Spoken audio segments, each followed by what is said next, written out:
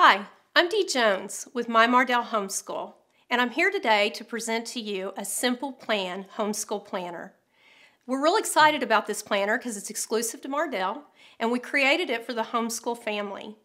And when we created this, the thought behind it was that we wanted to offer something to the homeschool family that was simple. So I'm going to take some time right now to explain to you the thought process that went behind this planner. First of all, we wanted to do something for you that would just be simply a planner for your academic needs. And so a simple plan really is exactly what its name is. It's just a simple plan for you to be able to keep track of your academic schedule.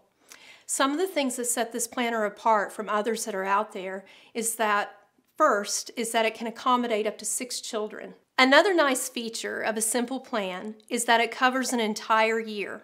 Most academic calendars only have 9 months, but with a simple plan, we have an entire year. And the reason why we did that is that we recognize that homeschool families do not always do school according to a regular academic calendar. And so for that reason, if you start school in May, or you start school in December, you can begin wherever you want. One of the things that really mattered to us when we were creating a simple plan was to have a look that would be appealing and beautiful for moms.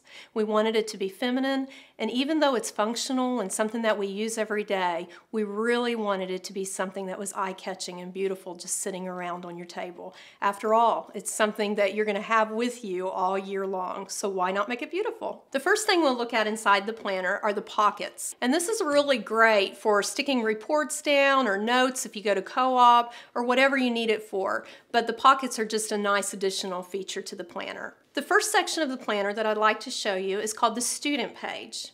And the student page, here I've used my daughter, Anna Grace, and what it is it's a page that allows you to set up what an ideal weekly schedule would look like. You're able to think through, when is your child at their peak? Is it morning? Is it later in the afternoon? And you're able to set their school schedule to something that would be ideal for you and your family. Down at the bottom, you have a place for subjects. So what subjects am I going to teach this year? And then also, what curriculum am I going to use? And so this just allows you to customize a schedule for each one of your students. The next page and section that we have in the planner is called a yearly overview. A yearly overview is what I like to call canopy planning. This is where you're able to take that curriculum out, you're able to look through it, and be able to plan your year based on your schedule. And this would be taking into consideration Christmas vacation, Thanksgiving, all of the things that you would break for. Taking that into consideration with your start and your end date. And it also allows you to get comfortable with your curriculum, really get to know it and see how it's broken down and how you're going to make it work for you. At the beginning of each one of these tabs, you have a month at a glance. This allows you as the mom to sit back and to do some planning each month before the month actually begins. What things would I like to accomplish this month that are outside of the norm or outside of our regular routine? You have a section down here for special activities. Maybe you want to get one more trip into the zoo before the weather turns off cold. Or maybe you have parties that you need to go to that month, or something that is different than your regular activities that you would do that you want to get down on your calendar. The next section is supplies needed. Now this section allows you a place to be able to think through science projects, craft projects, different things that you might need some supplies that are out of the norm of what you would have at home. And so you're able to get these down because there's nothing more frustrating than sitting down at the table trying to start a science project and not having the things that you need. And the last thing on your month at a glance is your reading list. Now, I've had a lot of moms share with me that they use this reading list as a way of really making a library list of what they want to check out from the library ahead of time. And so this allows them a place to be able to do that. Now, for me, I always created a reading list because I wanted to be able to know what we were going to accomplish reading that month. And so whether you're using it to check books out from the library or using it as a record of what you're reading, whatever way works for you, but it's just a great way to pre-plan for the month. The very next page under your monthly tab is a full glance calendar. And what this allows you to do is to get everything down on your calendar that you have planned for that month. And I always tell mom, use a pencil, first of all. Don't ever let a pen touch your planner. Always use a pencil. Because after all, a planner is to work for you, not you working for the plan. So what you do is you write down everything that you know is on your schedule. If you go to church on Wednesday night, write it down. If you have soccer practice on Thursday, write it down. All of these things are going to help you to better plan for the rest of your week when you're planning out your weekly school schedule of what you want to accomplish. One of the things that I have found is that if we do not write it down on our schedule, what ends up happening is that other things come up and we end up being overcommitted.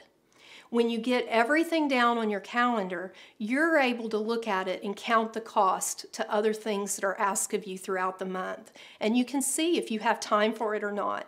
And then as you're planning your academic calendar here in a minute, your weekly schedule, as you're planning it, refer back to your calendar so that that helps you to be able to know, you know what, we're going to the dentist and everyone's getting their teeth cleaned on Tuesday, so we are not going to be able to get much school done on Tuesday afternoon. Next is your weekly planning. And this is where you would write down the lessons that you want your children to accomplish. Again, this planner works for up to 6 kids. And so on your weekly plans, this is where you would put the subjects down the side. So I would write their initials on the line and write what they were going to do in math or English or so forth right there. And then we've left these little circles here.